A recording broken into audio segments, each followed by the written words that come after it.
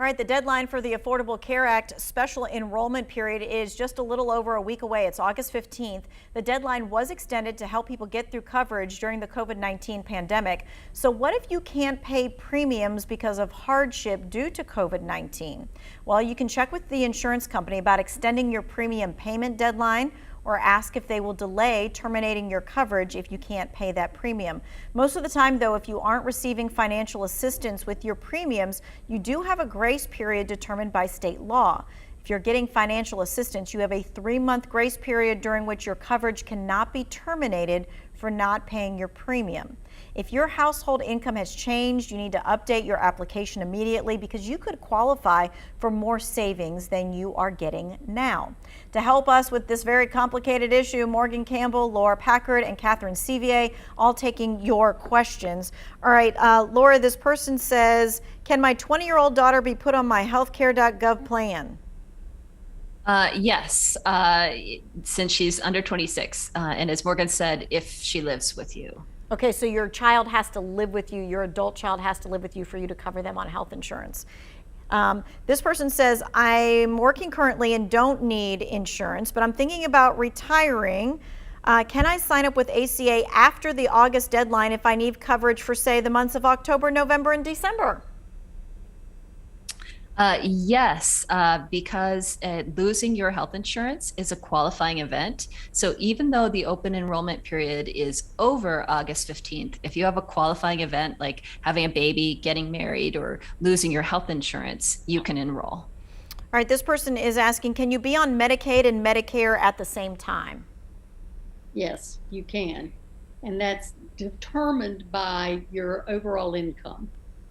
Okay, and it goes with your overall income, so beware of that. This person says, I'm a postal retiree. I have Blue Cross Blue Shield health insurance. That covers my wife and myself. I'm 65. Do I need Medicare Part B? And my first question is, if you're 65, I hope you've signed up for Medicare, or you should be signing up for Medicare, right? But then the next question is, do I need Medicare Part B? Yes, you do. And the one thing I want to just stress with people as they're thinking about retiring, there's an HR department where most people or many people work that can really help you understand the subtleties of your current plan and how it intersects with Medicare, because it's a very complicated dance and we don't want you to miss that Part B window. When you reach 65, is the Affordable Care Act off limits?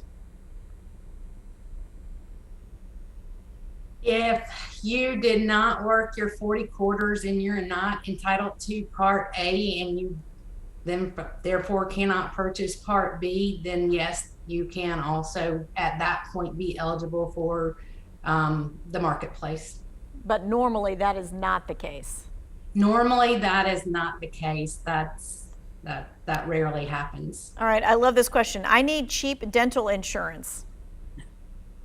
And it just doesn't exist, does it? Not for anybody. The most rich and cheap plans are obtained through employers, large employers.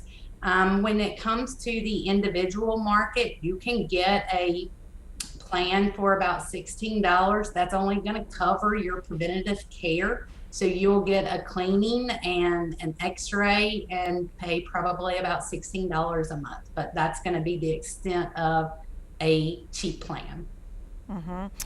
This person says, I will turn 65 in January. What is the first step in enrolling in Medicare?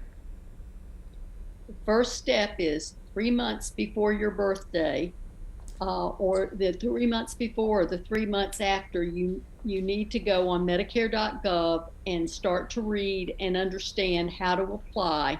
If you're still working, again, I want to urge you to talk with your HR department, and then do a little bit of reading and research about what plan would best serve you, because you might be in an area where a Medicare Advantage plan would be a better choice for you, or traditional Medicare.